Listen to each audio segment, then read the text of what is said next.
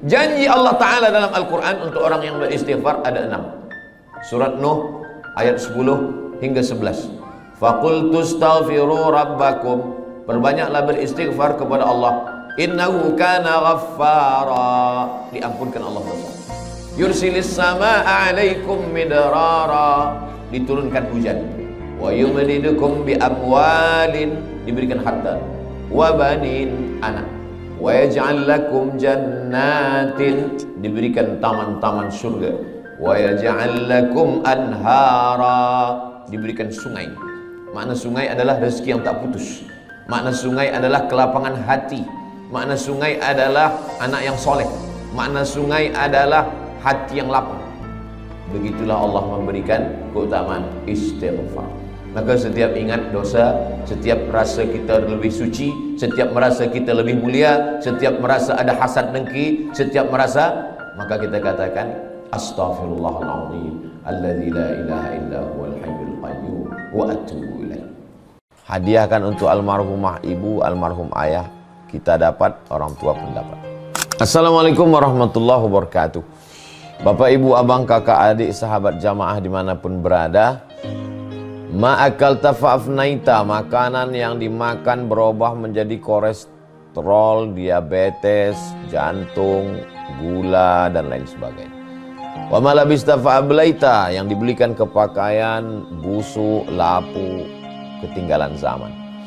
Wa mata saddaqta fa'amdaita, yang diwakafkan, disedekahkan, itulah yang akan kekal abadi. Rumah besar hanya menjadi kenangan, lapuk, berlumut, tumbang, tinggal. Ada kelas yang dipakai para penghafal Quran, itulah yang kekal abadi, mengalir pahalanya untuk kita. Hadiahkan untuk almarhumah ibu, almarhum ayah, kita dapat, orang tua pun dapat. Satu lantainya 4 kelas, totalnya 16 kelas, tempat santri belajar. Yang sekarang santri belajar di asrama. Asrama bisa dibuat kelas, tapi nanti pindahkan ke kelas semua. Mari kita support pembangunan, kirimkan semen, batu bata, kerikil, pasir, besi, dan lainnya. Berkah selalu, barakallahu fikum. Wassalamualaikum warahmatullahi wabarakatuh.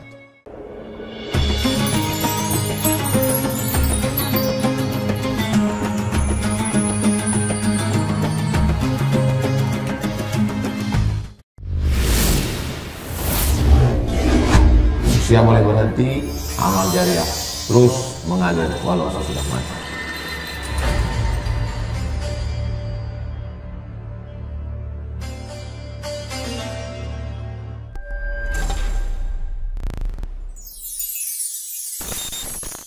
Assalamualaikum warahmatullahi wabarakatuh.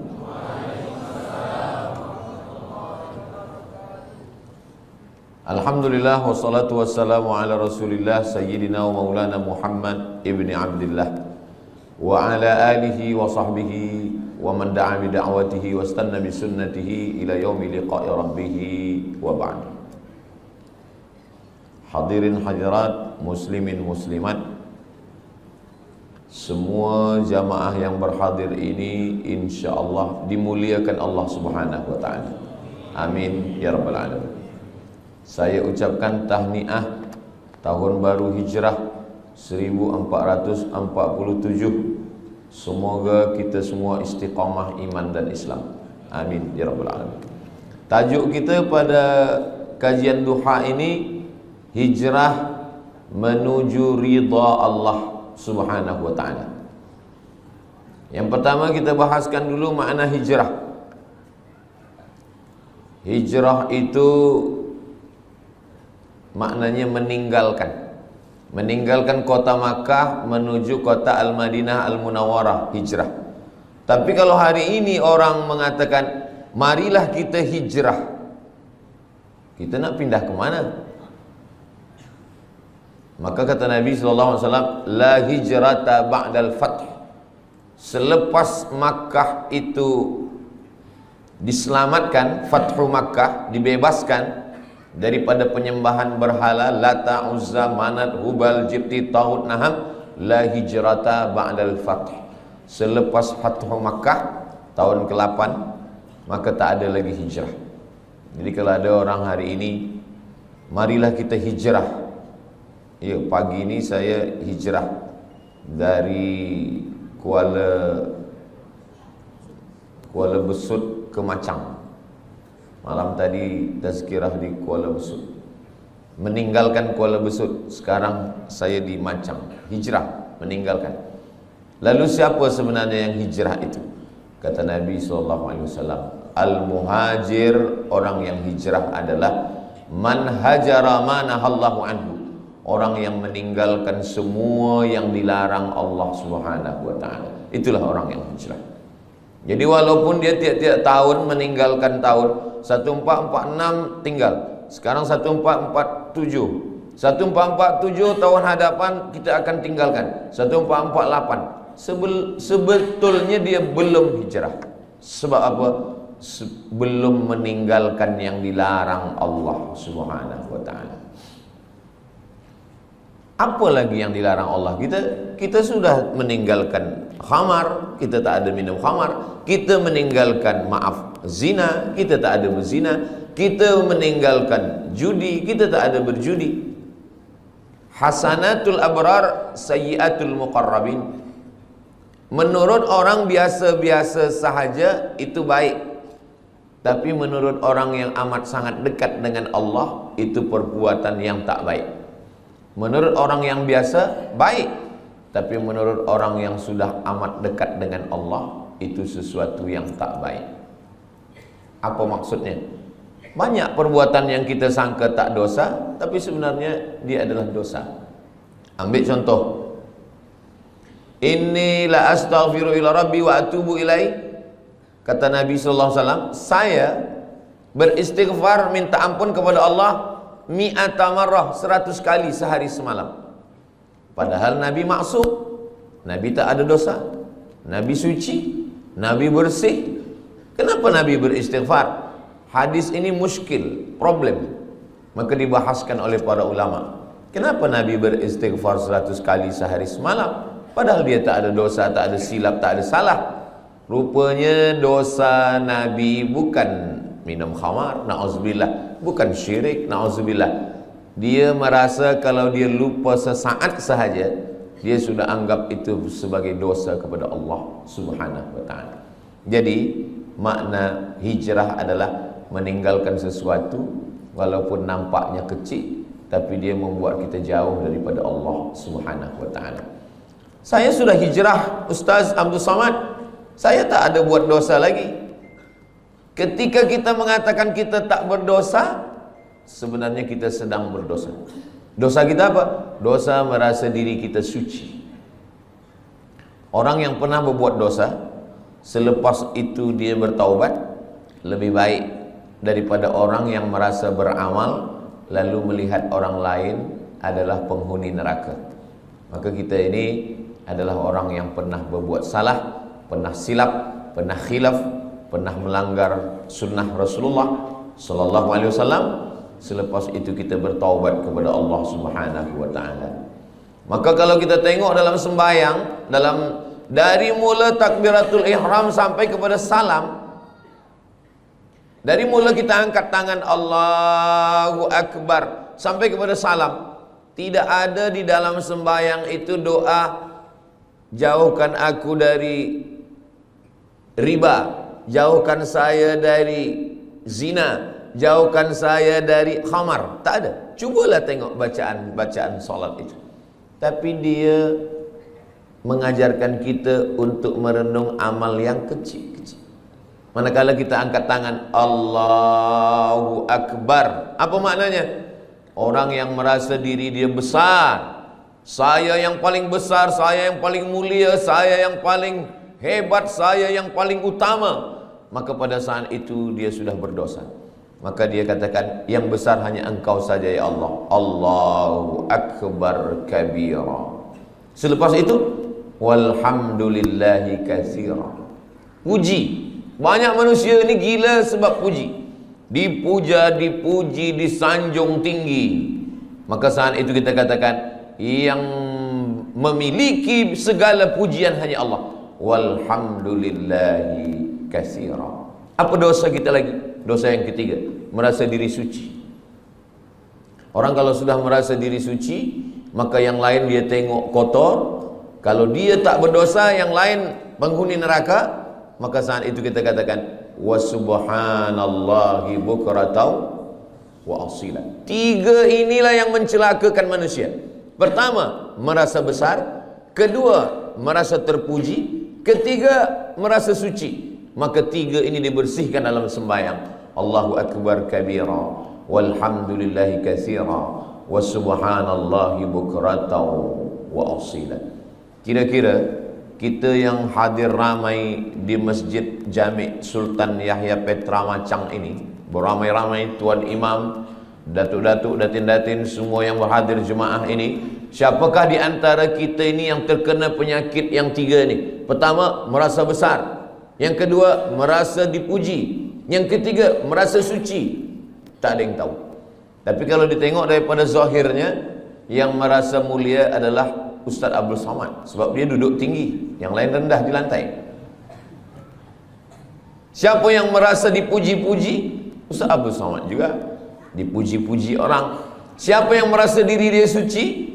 Saya juga. Mungkin saya merasa diri saya lebih suci daripada orang lain. Jadi sebenarnya yang saya sampaikan ini bukan untuk orang lain, untuk diri saya dulu. Bila saya tunjuk orang, sebenarnya saat itu untuk orang lain satu jari saja, satu telunjuk saja. Yang keempat ini adalah untuk diri sendiri. Jangan engkau merasa diri engkau besar. Allahu akbar kabira. Jangan engkau puji-puji gila dengan pujian. Walhamdulillahi katsira. Jangan engkau merasa diri engkau suci. Wa subhanallahi bukratan wa asila. Jadi hijrah ini dibagi kepada tiga. Hijrah yang pertama, hijrahnya awam, hijrahnya orang yang paling rendah. Hijrah meninggalkan syirik, hijrah meninggalkan zina, hijrah meninggalkan khamar, hijrah meninggalkan riba, hijrah meninggalkan ghibah. Hijrah nampak. Tapi ada hijrah yang kedua, hijrah meninggalkan takbur. Tak nampak. Kalau khamar, nampak dia minum khamar. Kalau judi, nampak dia main judi. Tapi judi dululah. Dulu orang main judi memang nampak. Sekarang tak nampak. Nampak macam baca Quran, rupa judi online. Judi nampak. Orang yang minum khamar tahu bahwa dia sedang buat dosa. Orang yang berzina tahu bahwa dia sedang buat dosa. Orang yang sedang berjudi tahu bahwa dia sedang buat dosa. Ini hijrah yang rendah sekali. Tapi ada hijrah yang lebih tinggi lagi. Orang yang merasa diri dia sudah beramal, orang yang merasa diri dia paling banyak sedekah, orang yang merasa diri dia paling banyak zikir. Saya yang paling banyak sembahyang sunat, saya yang paling banyak pergi ke Makkah setahun 2 kali, saya yang paling banyak. Makanya ada kitab Talbis Iblis. Iblis itu bila dia tak berhasil mengajak orang minum khamar, bila dia gagal mengajak orang berzina, bila dia gagal mengajak orang syirik, dia masuk dari pintu yang kedua. Apa itu? Dia buat orang merasa beramal. Yang pertama ni banyak orang sukses, banyak orang berhasil. Dia tidak berjudi, dia tidak berzina, dia tidak minum khamar. Tapi manakala iblis masuk dari pintu level yang kedua, yang lebih tinggi, yaitu merasa diri lebih mulia, merasa diri sudah banyak amal, merasa diri penghuni surga, merasa yang lain adalah kotor. Pada saat itu, apa kata Nabi SAW? Man kana fi qalbihi, siapa yang dalam hatinya mithqala habbatin min khardalin min kibrin, siapa yang dalam hatinya ada sombong, angkuh sebesar biji sawi, la yadkhulul jannah, tak masuk surga. Man kana fi qalbihi, siapa yang dalam hatinya mithqala habbatin min khardalin min kibrin, ada sombong, merasa diri lebih saja. Iblis masuk ke dalam neraka bukan kerana digoda syaitan. Tidak ada satu pun ayat, tak ada satu pun hadis yang mengatakan bahwa iblis masuk ke neraka kerana digoda syaitan. Tak ada. Sebab apa? Sebab syaitan Dialah induk setan. Macam mana setan nak goda dia? Iblis tidak pernah menyembah Lata, Uzza, patung, kayu, batu, hantu, tak ada. Iblis tidak menyembah apapun. Dia menyembah Allah. Lalu kenapa dia keluar daripada surga? Allah Ta'ala bertanya. Allah bertanya bukan Allah tak tahu. Allah Maha tahu. Tapi Allah nak bagi tahu bagi sesiapa sahaja yang tak tahu. Malaka anta takabbara fiha. Kenapa engkau merasa diri engkau besar? Engkau merasa diri engkau mulia, wahai iblis. Apa kata iblis? Khalaqtani min nar. Engkau ciptakan aku daripada api. Wa khalaqtahu min tin. Adam engkau ciptakan daripada tanah. Ana khairum minhu. Saya lebih mulia daripada dia. Iblis dikeluarkan daripada surga bukan kerana minum khamar, bukan kerana berzina, bukan kerana menyembah berhala, bukan kerana perbuatan yang zahir, tetapi kerana perbuatan yang batin. Jadi hijrah kita adalah meninggalkan yang zahir. Selepas itu level yang kedua adalah meninggalkan yang batin. Hasad, dengki, busuk hati, merasa mulia, merasa lebih hebat, merasa banyak amal. Tapi ada yang lebih tinggi lagi, lalai mengingat Allah Subhanahu wa ta'ala. Wala takum minal ghafilin. Jangan jadi orang lalai. Itu maka bila kita semua gerak kita ini mesti cepat balik kepada Allah. Kenapa dalam Islam ni banyak betul doa. Nak makan, Allahumma barik lana fi ma razaqtana wa qina azabannar. Selepas makan, alhamdulillahilladzi at'amana wa saqana. Nak tidur, bismika Allahumma ahya wa amut. Jangan dibaca sekarang, boleh tertidur. Jaga daripada tidur. Alhamdulillahilladzi ahyana ba'da ma amatana wa ilaihin nusyur. Menengok muka di cermin, innalillahi wa inna ilaihi raji'un. Allahumma kama hassanta khalqi fahassin khuluqi. Kenapa banyak betul dalam Islam ni doa-doa? Naik kereta, subhanalladzi sakhkhara lana hadza wa ma kunna lahu muqrinin wa inna ila rabbina lamunqalibun. Bismillahi majriha wa mursaha inna rabbil ghafurur rahim. Kalau orang faham, sebenarnya setiap gerak kita mesti ingat kepada Allah Subhanahu wa ta'ala. Inilah hijrah level yang ketiga. Jadi kalau yang pertama mungkin kita dah tinggalkan semua yang haram-haram. Alhamdulillah Ustaz Somad, saya tak ada guna narkotik lagi, saya tak ada minum khamar, tak ada. Kenapa? Sebab tak ada yang jemput saya. Kalau free saya ikut juga. Na'udzubillah. Betul-betul lillahi ta'ala. Level yang kedua, bersihkan hati. Dia tak nampak lagi dosa-dosa yang tak nampak lagi, tapi dia ada dalam hati. Maka kata Nabi, ala fil jasadi mudghah. Di dalam badan ini ada seketul, ada segumpal, ada sekepal. Idza salahat salahal jasadu kullu. Kalau dia bersih, yang lain ikut bersih. Wa idza fasadat, kalau dia rosak, yang lain ikut rosak. Saya semalam bertolak daripada Pekanbaru Riau menuju Kota Baru. Masuk airport, kita lalu di pintu detektor. Kalau ada bawa besi atau bawa pisau, bawa apa, dia berbunyi. Dia berbunyi. Tak boleh lalu. Ustaz, jangan masuk dulu. Alhamdulillah. Kalaulah ada pintu macam itu juga, orang Jepun buatkan pintu detektor, tapi dia bukan untuk besi. Detektor untuk penyakit takbur. Dipasang di pintu Masjid Jami' Sultan Yahya Petra Macang. Siapa yang masuk pintu ni berbunyi. Jamaah lalu berbunyi dia kecil. Tit.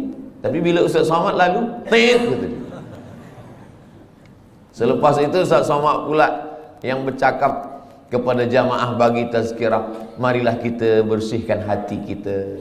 Semua jamaah tersenyum. Hati Ustaz lebih kotor daripada hati kan? Sebenarnya kita dimuliakan Allah bukan kerana kita mulia, tapi karena Allah masih sayang, lalu dia menutupi isi hati kita. Cuba kalau Allah tak sayang, sekali kita sombong, Allah tumbuhkan satu tai lalat di muka kita. Mungkin muka kita ini dah hitam semua. Sekali kita merasa hasad, terus saja dinampakkan Allah secara zahir. Tapi Allah masih sayang dengan kita. Allah masih tutup aib kita. Allah masih sayang dengan kita. Allah tak nampakkan itu di hadapan manusia. Maka amalan yang paling elok adalah amalan istighfar. Astaghfirullahalazim alladzi la ilaha illa huwal hayyul qayyum wa atubu ilaih.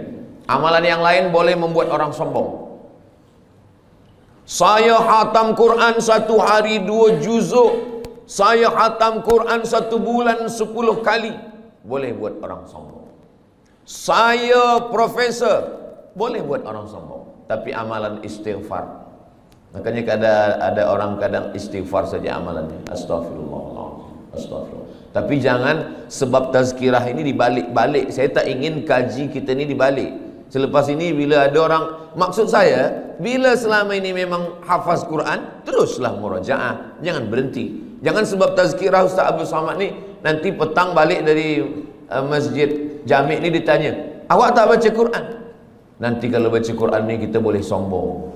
Jadi kita istighfar sahaja. Bukan itu maksud saya. Kita tetap baca Quran, kita tetap hafaz Quran, kita tetap buat baik sedekah. Tapi bersihkan hati kita dengan memperbanyak istighfar. Istighfar pun betul-betul dari lubuk hati yang paling dalam. Itulah makna hijrah. Astaghfirullahalazim alladzi la ilaha illa huwal hayyul qayyum wa atubu ilaih. Sebab setengah orang ada dia nak ingin supaya banyak. Sebab kata Tok Guru, engkau istighfar 100 kali sehari. Sebab dia nak banyak, maka istighfar ni dia cakap bunyi banyak-banyak hingga bunyinya pun tak nampak lagi. Bila kita dengar dekat entah apa-apa kan, macam makan bubur kacang hijau panas. Kita tidak begitu. Kita sebab ingin banyak bukan berarti cepat. Maka kita tetap pelan. Astaghfirullahalazim alladzi la ilaha illa huwal hayyul qayyum wa atubu ilaih. Apa janji Nabi sallallahu alaihi wasallam untuk orang yang banyak istighfar? Man lazimal istighfar, siapa yang membanyakkan istighfar, siapa yang melazimkan istighfar, ja'alallahu lahu min kulli dhiqin makhraja. Segala kesempitannya Allah bagi makhraja, kelapangan. Wa min kulli hammin faraja. Segala kesusahannya dibagi Allah kebahagiaan. Wa razaqahu min haitsu la yahtasib. Diberi Allah rezeki dari jalan yang tidak disangka-sangka. Semoga kita termasuk orang yang beristighfar insyaallah. Itu janji Nabi. Janji Allah Ta'ala dalam Al-Quran untuk orang yang beristighfar ada 6. Surat Nuh ayat 10 hingga 11. Faqultu astaghfiru rabbakum. Perbanyaklah beristighfar kepada Allah. Innahu kana ghaffara. Diampunkan Allah dosa. Yursilis samaa'a 'alaikum midrara. Diturunkan hujan. Wa yumdidukum bi amwalin, diberikan harta, wa banin, anak, wa yaj'al lakum jannatin, diberikan taman-taman surga, wa yaj'al lakum anhara, diberikan sungai. Makna sungai adalah rezeki yang tak putus. Makna sungai adalah kelapangan hati. Makna sungai adalah anak yang soleh. Makna sungai adalah hati yang lapang. Begitulah Allah memberikan keutamaan istighfar. Maka setiap ingat dosa, setiap rasa kita lebih suci, setiap merasa kita lebih mulia, setiap merasa ada hasad dengki, setiap merasa, maka kita katakan astaghfirullahalazim alladzi la ilaha illa huwal hayyul qayyum wa atubu ilaih. Kalau kita tengok nabi-nabi itu, nabi-nabi itu dia tak ada minta. Di dalam 3 kegelapan, gelap malam, gelap laut, gelap perut ikan. Dalam gelap malam 1 gelap, dalam gelap laut 2 gelap, gelap perut ikan 3 gelap. Dan dia tak ada minta, keluarkan aku dari gelap ini, terangkanlah ya Allah. Tak ada. Apa doa? Apa minta dia? La ilaha illa anta subhanaka inni kuntu minaz zalimin. Anak kita pun hafaz. Cuma kadang kita lupa. Bila lampu padam, kita pun terkejut. Padahal kita hafaz. La ilaha illa anta subhanaka inni kuntu minaz zalimin. Banyak orang menghafaz doa, banyak orang menghafaz doa, tapi setakat menghafaz. Bila kita hanya menghafaz doa dan kita lupa bila peristiwa itu terjadi, maka kita lebih kurang macam burung yang boleh bercakap. Burung bila diajar dia bercakap, good morning, good morning, good morning. Pukul 5 petang pun bila kita datang, good morning juga dia kata. Sebab apa? Sebab dia menghafaz saja. Banyak orang menghafaz doa, tapi dia tidak berdoa. Banyak orang menghafaz zikir, tapi sebenarnya dia tidak berzikir. Maka makna zikir itu adalah mulut menyebut, hati mengingat, fikiran dengan penuh kesedaran. Mulut menyebut subhanallah, alhamdulillah, la ilaha illallah, wallahu akbar, afdalu dzikri fa'lam annahu la ilaha illallah. Lalu kemudian hati mengingat. Kalau mulut menyebut berbunyi, bersuara, lidah bergerak, tapi ketika hati tak ada bunyi, tak ada suara. Makanya kalau ada seseorang diam saja, itu dia sedang mengingat. Bila kita tanya, awak ingat siapa? Bini saya. Alhamdulillah, asal jangan bini orang, na'udzubillah. Allah Subhanahu wa taala ajarkan kita ini semua supaya apa? Supaya kita hijrah. Hijrah daripada lalai kepada zikir. Hijrah daripada syirik kepada tauhid. Hijrah daripada maksiat kepada taat. Maksiatnya ada yang zahir, maksiat ada yang batin, dan maksiat ada yang paling halus sekali adalah lalai. Kenapalah Allah bagi saya sakit, Ustaz Abdul Samad? Padahal saya ni kalau sihat, saya boleh membina masjid. Kalau sihat, saya boleh menolong anak yatim. Saya ni baik kalau sihat, tapi kenapa saya sakit? Kalau kamu sihat, kamu bersama nikmat Allah. Tapi kalau kamu sakit, kamu bersama Allah. Orang kalau sedang sihat, dia bersama nikmat Allah. Tapi kalau sedang sakit, dia sedang bersama dengan Allah. Allah ingin antara dia dengan hambanya tidak lagi ada penghalang. Nikmat pun boleh menjadi penghalang. Makanya Nabi Muhammad SAW, apa kata Allah Ta'ala? Yas'alunaka 'anil khamri wal maisir. Kalau mereka bertanya kepada engkau tentang khamar dan judi, qul, katakan ya Muhammad SAW, yas'alunaka 'anil ahillah. Kalau mereka bertanya kepada engkau tentang anak bulan, bulan hilal, bulan sabit, qul, katakan ya Muhammad SAW, yas'alunaka madza yunfiqun. Kalau mereka bertanya kepadamu tentang apa yang disedekahkan, qul, katakan ya Muhammad SAW. Tapi bila tentang zikir, wa idza sa'alaka ibadi anni, kalau hambaku bertanya kepada engkau tentang aku, tak ada Allah mengatakan katakan ya Muhammad, tidak. Tapi Allah terus saja berkata, wa idza sa'alaka ibadi anni fa inni qarib, aku dekat. Apa kata ahli tafsir? Allah ingin supaya antara kita dengan Allah tak ada sempadan, tak ada perantara, tak ada penghalang, tak ada apapun, supaya kita ingat kepada Allah. Jadi kalau kita dah buat baik, kita dah hijrah, kita dah taubat, tapi kita tetap juga dibagi Allah sakit, sebenarnya Allah ingin supaya kita sujud lebih lama, supaya kita mulut lebih banyak berzikir, supaya kita berdoa tangannya mengangkat ke atas, supaya kita melelehkan air mata. Orang kalau hidupnya senang, kenyang, tenang, biasa doa biasa-biasa saja. Tapi kalau dia sedang susah, payah, maka doanya lebih khusyuk. Orang kalau hidupnya senang, tenang, kenyang, doa biasa saja. Kadang doa pun tangan di atas kaki. Kalau ada orang berdoa tangan di atas kaki, itu sama maknanya nak bagi-bagilah ke tidak pun tak apa. Tapi kalau Nabi, cubalah tengok macam mana Nabi berdoa malam perang Badar. Nabi pada malam perang Badar, tarikh 2 hari bulan Ramadan, pada saat itu Allah 17 Ramadan, Yaumal Furqan, Yaumal Taqal Jam'an, 17 Ramadan.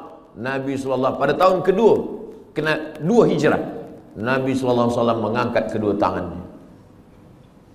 Dan ketika itu Nabi meletakkan surbannya di bahunya. Datang angin kencang, jatuh. Biasa orang kalau surbannya jatuh, dia angkat surban dulu. Tapi Nabi tetap. Datang Sayyidina Abu Bakar Siddiq.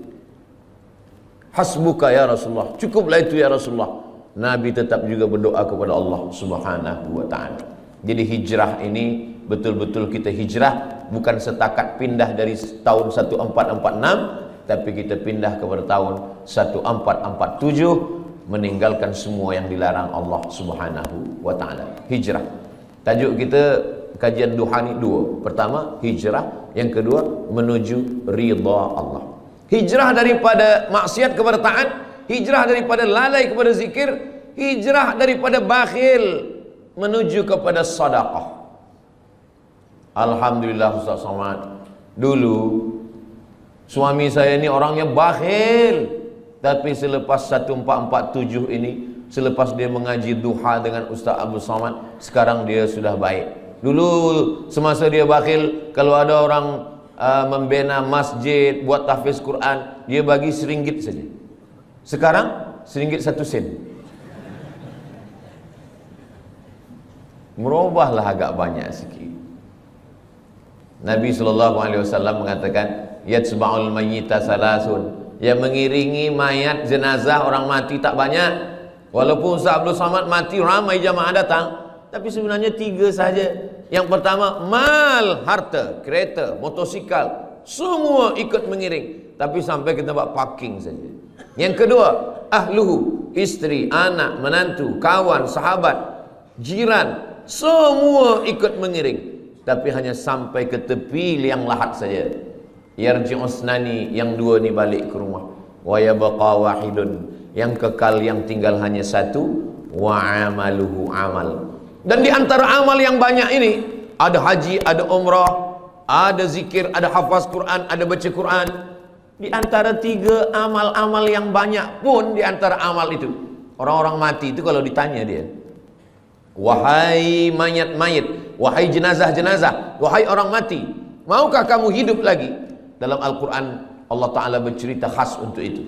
Orang mati itu menjawab, laula akhartani ila ajalin qarib, ya Allah, kalau engkau bagi kami hidup lagi, bagilah kami hidup lagi ya Allah. Qarib, kejap, sikit saja, 1 minit, 1 second pun boleh engkau bagi hidup kami. Kata Allah Ta'ala, kalau aku bagi kamu hidup, kamu nak buat apa? Mereka tak ada cakap kami nak buat haji, tak ada. Kami nak buat umrah, tak ada. Kami nak buat sembahyang, tak ada. Lalu Allah tanya, kamu nak buat apa kalau aku bagi hidup? Fa'as-saddaqa, kami ingin bersedekah. Kami ingin bersedekah. Maka hijrah maknanya dari bakhil kepada sedekah. Mari kita lancarkan kutipan derma. Sebenarnya saya nak masukkan ini bagi tujuan sumbangan pembangunan Ma'had Tahfiz Al-Quran dan tabung pengimarahan Masjid Sultan Yahya Petra Macang. Jadi nanti bila dah tegak berdiri Ma'had Tahfiz Quran, anak-anak kita menghafaz, membaca Quran pagi, petang, siang, malam, zuhur, asar, maghrib, isyak, subuh, tahajud, witir, duha, mengalirlah pahalanya untuk kita semua hingga hari kiamat insyaAllah. Isikan ke jangan saya yang isi, bawakan kepada semua jamaah, supaya itu akan menjadi amal jariah yang akan menjadi bekal kita nanti menghadap Allah Subhanahu wa ta'ala. Kemana duit ringgit tadi? Hilang pula. Iya, bagi masuk. Duit yang banyak, lama hidup banyak dirasa, jauh berjalan banyak ditengok. Saya dah pergi ke mana-mana tempat, belum pernah. Saya dah pergi ke Sabah, saya pergi ke Sarawak, saya pergi ke Miri, saya pergi ke Terengganu, saya ke Selangor, saya ke Johor, Kuala Lumpur. Belum pernah saya tengok orang Malaysia meninggal membawa ringgit. Ma akalta fa'afnaita, yang dimakan busuk, wa ma labista fa ablaita, yang dipakai lapuk, wa ma tasaddaqta fa amdaita, yang disedekahkan untuk ma'had tahfiz Quran Masjid Jami' Sultan Yahya Petra Macang, inilah yang akan kekal abadi hingga hari kiamat nanti insyaallah. Amin ya rabbal alamin. Rumah besar yang kita tinggalkan bila kita mati, habis, diambil semua oleh ahli waris, anak kita, cucu kita, semua bertukar, sijil-sijil semua hilang. Kita pun akan menjadi sesuatu yang terlupakan, orang tak ingat lagi dengan kita. Tapi ma'had tahfiz ini insyaallah semua budak-budak akan belajar membaca Quran, berzikir, belajar sembahyang. Nanti dia pula akan mengajar anak dia, isteri dia, murid-murid dia. Itulah yang boleh menolong kita di hadapan Allah. Niatkan sedekah ini untuk almarhumah mak saya, almarhum ayah saya. Jadi boleh dapat dua-dua. Kita dapat, orang-orang tua kita pun dapat. Datang sahabat Nabi namanya Sa'ad, berjumpa kepada Nabi Muhammad sallallahu alaihi wasallam.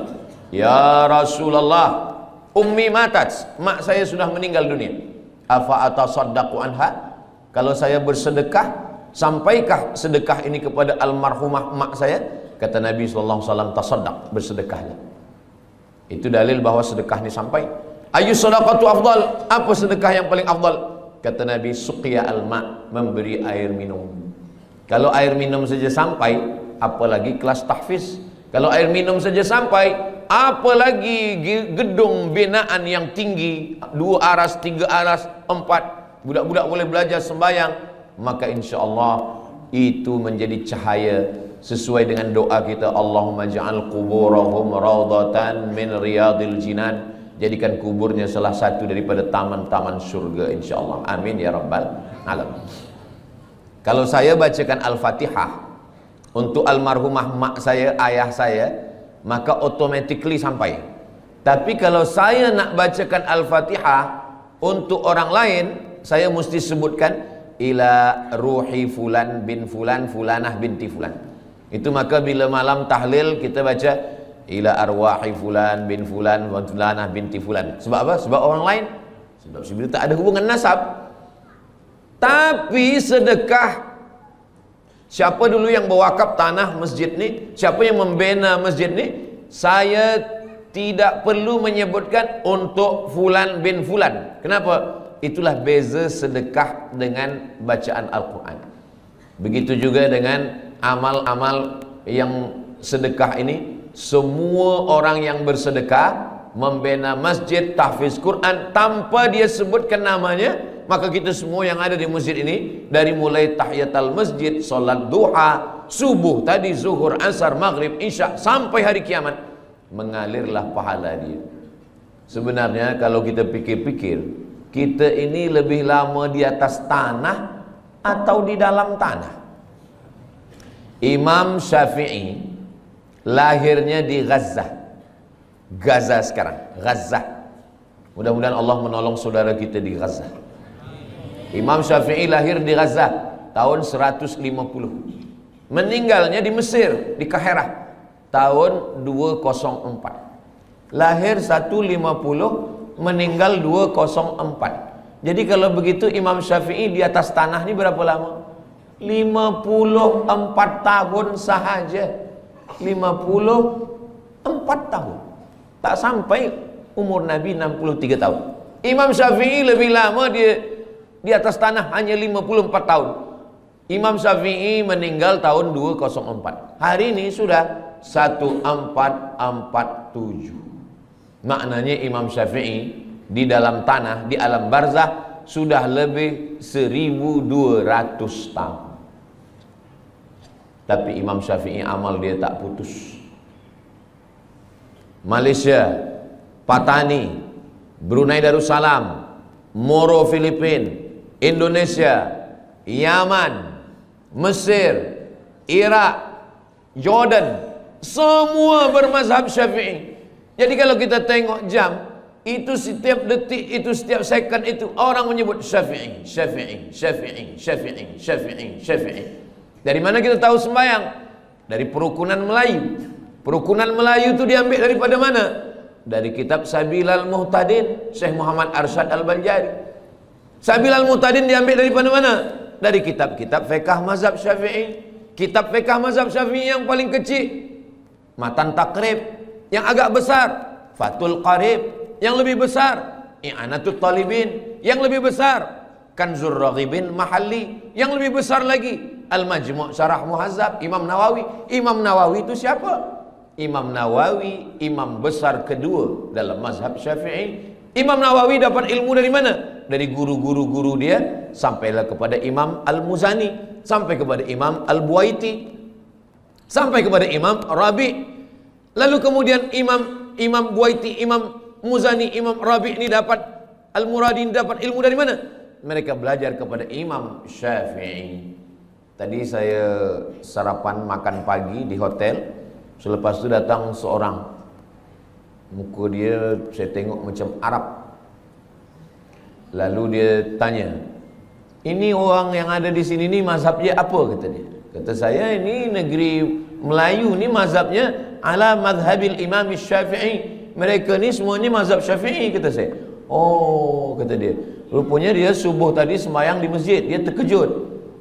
Saya tanya, awak dari mana? Saya dari Perancis, dari Paris, kata dia. Oh, Paris ni mazhab apa agaknya? Negeri awak dari mana? Saya dari Aljazair, Maghribi, Aljazair, Tunisia, Libya, Mauritania, Andalusia. Itu mazhabnya mazhab Maliki. Patutlah dia terkejut. Mungkin dia tak tahu tentang mazhab Syafi'i. Macam mana beza Maliki dengan Syafi'i ini? Mazhab Maliki, tangan dia turun lepas ke bawah. Mazhab Syafi'i, dia letakkan tangan. Maliki lepas ke bawah. Mazhab Maliki tak ada baca bismillah, terus saja alhamdulillah, Allahu Akbar, alhamdulillahi rabbil alamin. Oh, kalau begitu Makkah Madinah itu Maliki? Tak, itu Hambali. Hambali ada bismillah, tapi kecil aja. Alhamdulillahi rabbil alamin. Sedangkan mazhab Syafi'i, bismillah dia jahar. Bismillahirrahmanirrahim. Subuhnya mazhab Syafi'i berkunut selepas rukuk. Sami'allahu liman hamidah, Allahumma hdina fi man hadait. Maliki kunut dia selepas ayat sebelum rukuk. Qul huwallahu ahadunillahus samadu lam yalid wa lam yulad wa lam yakul lahu kufuwan ahad.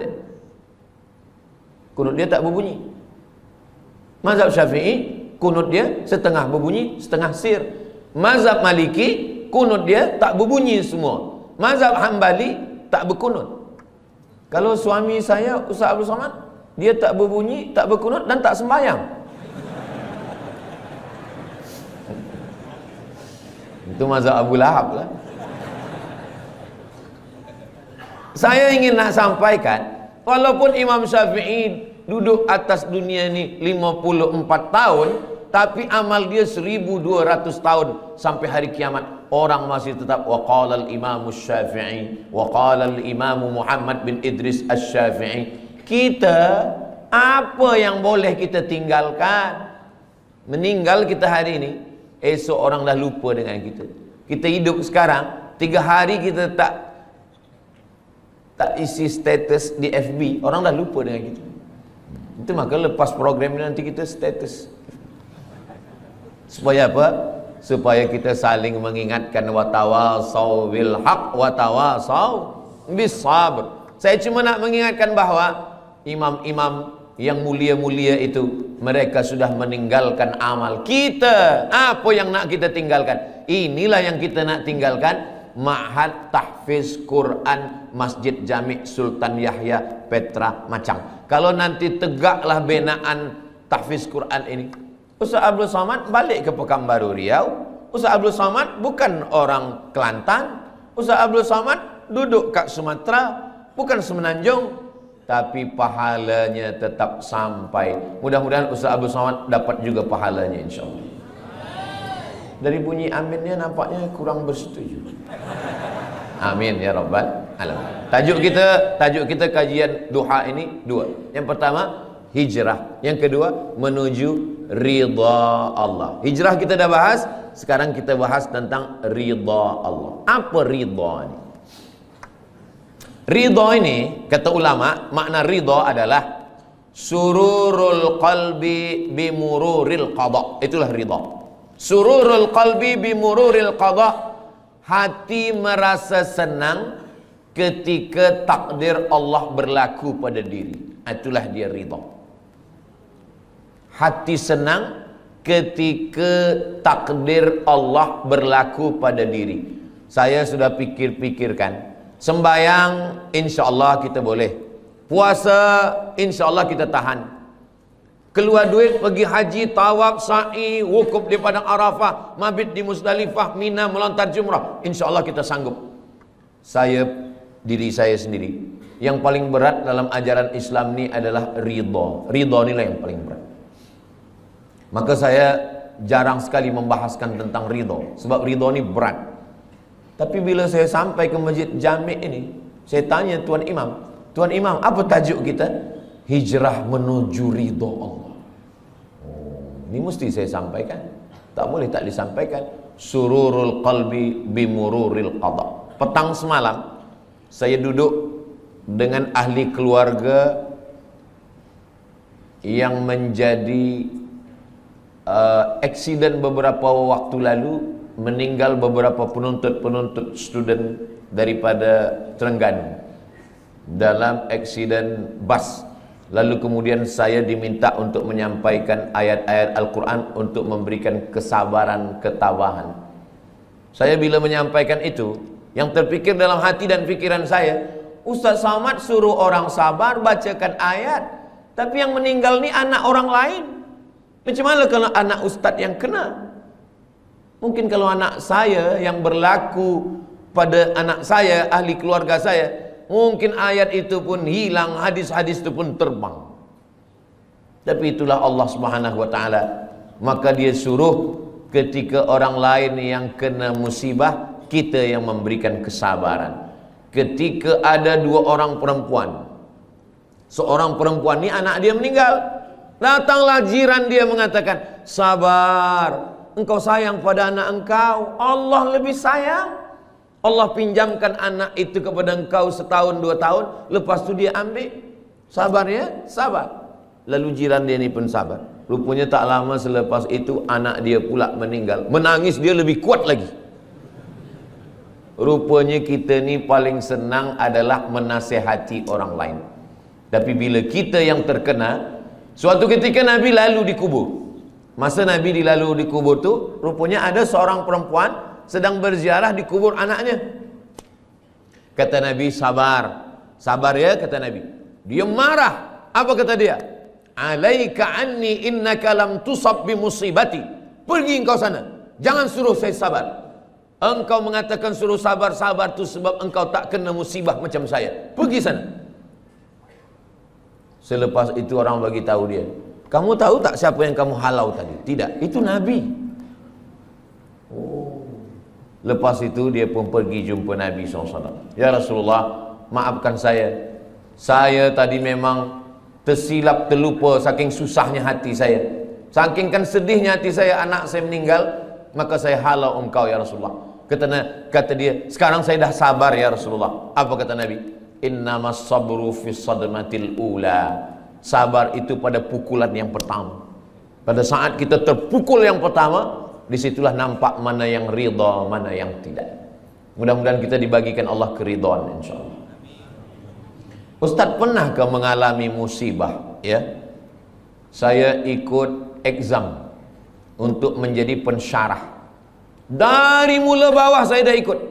Dia tanya mana sijil BA. Nih, sijil BA daripada Azhar. Mana sijil master? Nih, sijil master daripada Darul Hadis Al-Hasaniyah Maghribi. Berapa tulis dulu tesis? Nih, saya tulis Rijalul Muwatta' was Sahihain alladzina dha'afuhumun Nasa'i fi kitabid du'afa wal matrukin jam'an wa dirasatan. Nih, selepas itu semua dah okey, selepas itu temu bual. Dia tanya, awak baru balik dari Maghribi? Ya. Nak jadi pensyarah? Ya. Dah berapa lama mengajar? Belum ada sebab baru balik lagi. Tinggal berdua saja. Yang akan menjadi pensyarah ni seorang saja, dan kami berdua. Saya berharap, ya Allah, sayalah yang jadi pensyarah ni, ya Allah. Tolonglah ya Allah. Kalau saya jadi pensyarah ni, saya nak tolong mak saya nak senangkan dia, saya nak bawa dia ke Mekah, saya nak balas budi baik dia. Tolonglah ya Allah. Rupanya takdir berkata lain. Kawan saya kirim, masa tu belum ada WhatsApp lagi, kirim SMS. Abdul Somad, engkau tidak lolos menjadi pensyarah. Saya turun, rasa-rasa tanah tu lembut macam dodol. Rasa-rasa tanah tu macam berlumpur, lunak dipijak. Begitulah rupanya. Jadi saya pun menyampaikan sururul qalbi bimururil qadha, ini kata ulama, bukan kata saya.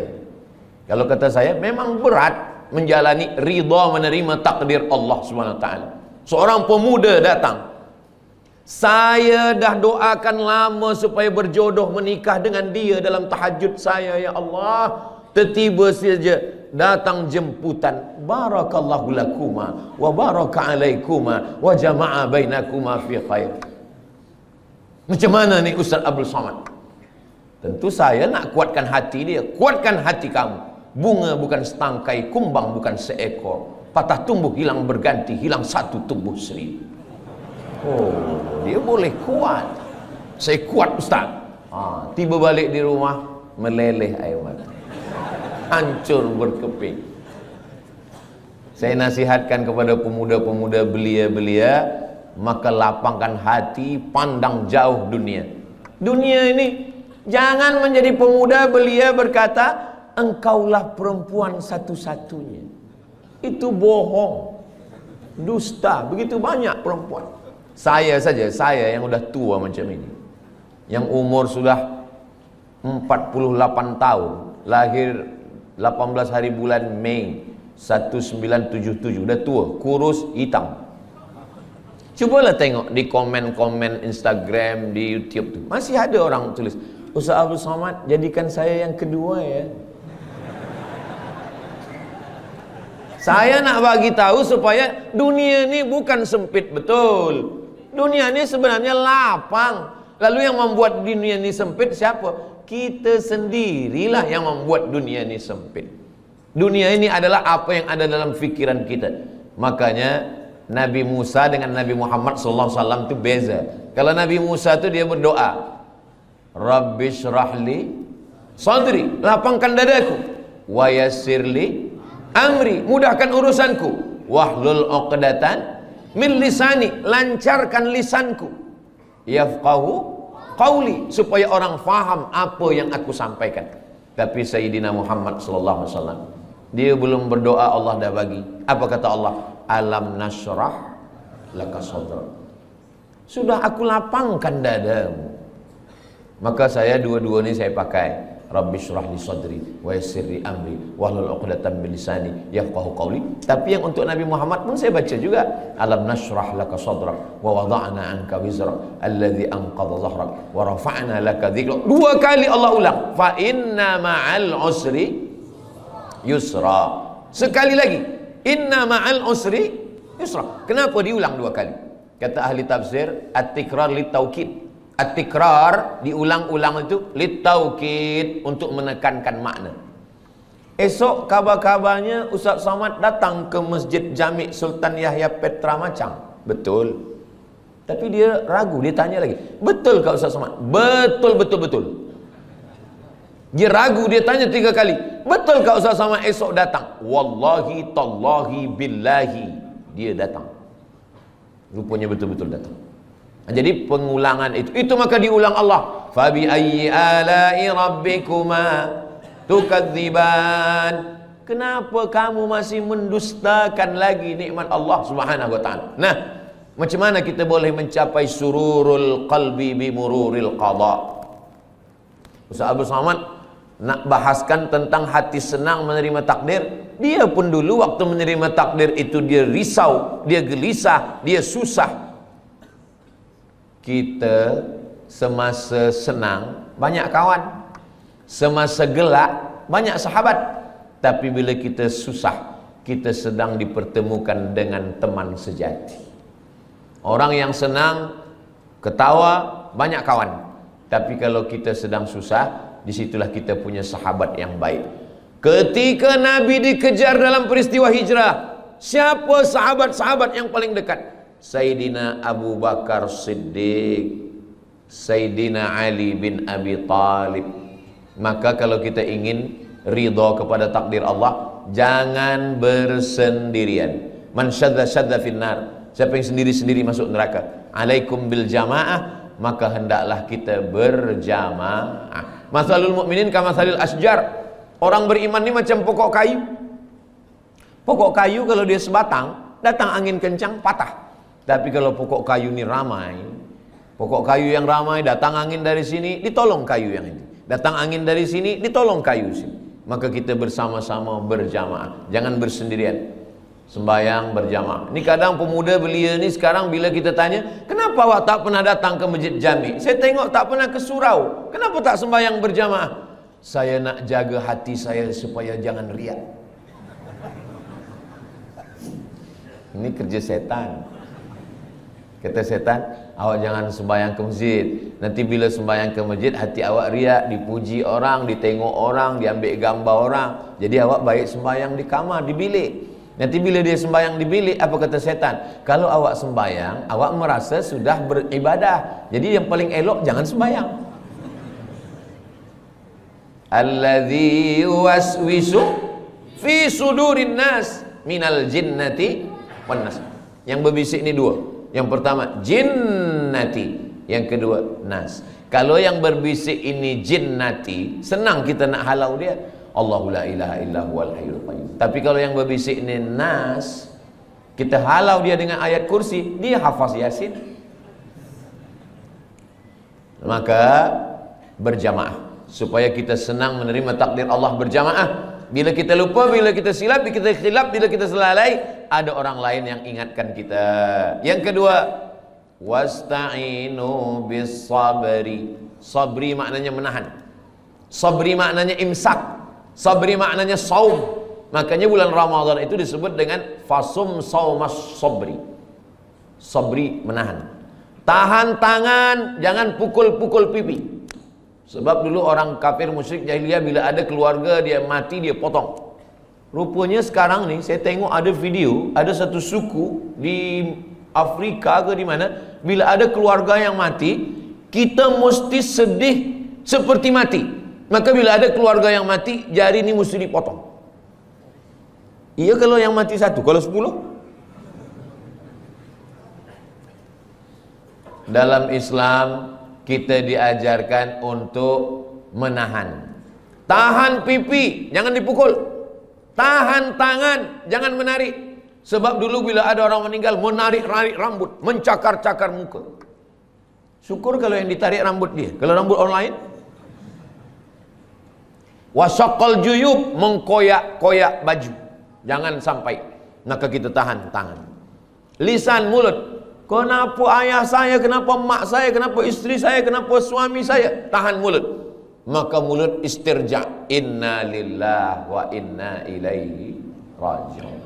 Hati berzikir. La ilaha illallah subhanallah walhamdulillah wa la ilaha illallah wallahu akbar. Lalu kemudian bisabri, menahan. Tapi ada yang tak boleh ditahan. Air mata tak boleh ditahan. Air mata meleleh. Meninggal anak Nabi umur 18 bulan, anak lelaki. Nabi tak ada anak lelaki.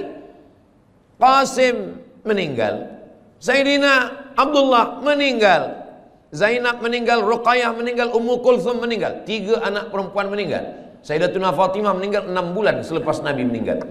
Abdullah meninggal, Al-Qasim pun meninggal. Tiba-tiba senangnya hati Nabi, lahir anak lelaki dari perempuan dari Mesir, namanya Maria Al-Qibtiyah, umur 18 bulan meninggal.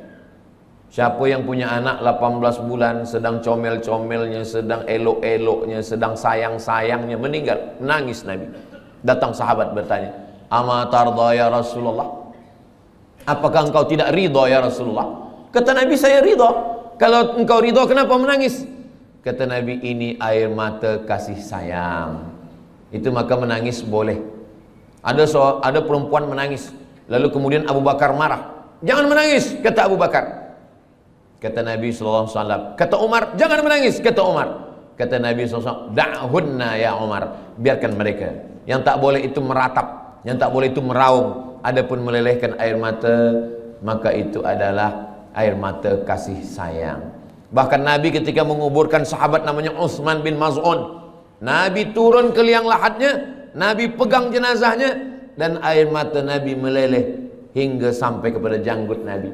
Kalau air mata sampai kepada janggut itu bukan setetes dua tetes, tapi banyak. Itu menunjukkan air mata kasih sayang Nabi Muhammad sallallahu alaihi wasallam.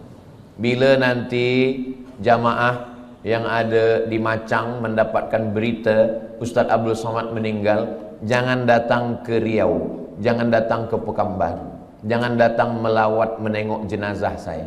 Kenapa macam tu Ustaz? Sebab tangan saya tak boleh menghapus air mata.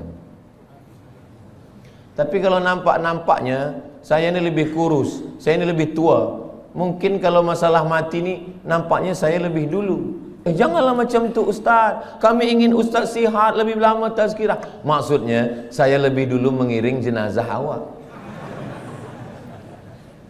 Mati mana ada kita tahu. Orang mati itu bukan kerana dia berperang, orang mati bukan kerana dia naik kereta. Orang kalau dah sampai ajalnya, duduk di rumah, makan, batuk pun mati. Itulah punca daripada tauhid. Tapi kalau manusia berpikir, kalaulah dulu dia tak pergi, kalaulah dulu dia begini, kalaulah dulu dia tak minum, kalaulah dulu dia tak banyak makan, kalaulah dulu, kalau. Itulah yang merosakkan fikiran manusia. Satu kalau akan disusul oleh, kalaulah dulu dia tak banyak minum gula, kalaulah dulu dia tak makan kambing, kalaulah dulu dia tak makan roti, kalaulah dulu dia tidak. Padahal yang tak makan pun mati juga. Maka sebenarnya kulu, makanlah, wasrabu, minumlah, wala tusrifu, jangan mubazir, jangan melampau, jangan berlebih-lebihan, la ta'tadu, jangan melampau. Innallaha la yuhibbul mu'tadin, Allah tak suka pada orang yang melampau. Lalu kemudian bagaimana cara supaya kita ini boleh ridha? Nanti sampai masanya kita semua akan disila masuk ke dalam syurga Allah. Apa kata malaikat? Apa kata Allah? Wasiqal ladzina taqaw rabbahum ilal jannati zumara. Mereka semuanya akan dibawa masuk ke dalam surga. Begitu mereka sampai di surga, apa kata malaikat? Salamun qawlam mir rabbir rahim. Apa kata malaikat? Salamun alaikum, selamat, tahniah, tibatum, kamu sudah berbuat baik. Fadkhuluha khalidin, masuklah kamu ke dalam surga khalidin, kekal selamanya, tak keluar lagi daripada surga. Mudah-mudahan kita semua masuk surga insyaallah. Selepas kita masuk surga semua, Allah bertanya, madza turidun? Wahai orang yang sudah masuk surga, madza turidun? Kamu nak apa lagi? Apa yang kamu nak? Semua dah ada, semua sudah ada di surga. Tapi kemudian mereka berkata, kami nak satu ya Allah. Yang belum ada satu. Semua dah ada, makanan semua dah ada, tapi ada satu yang kami belum dapat. Apa dia? Ridhamu. Kata Allah, yang dapat ridhaku hanya orang yang ridha menerima takdir.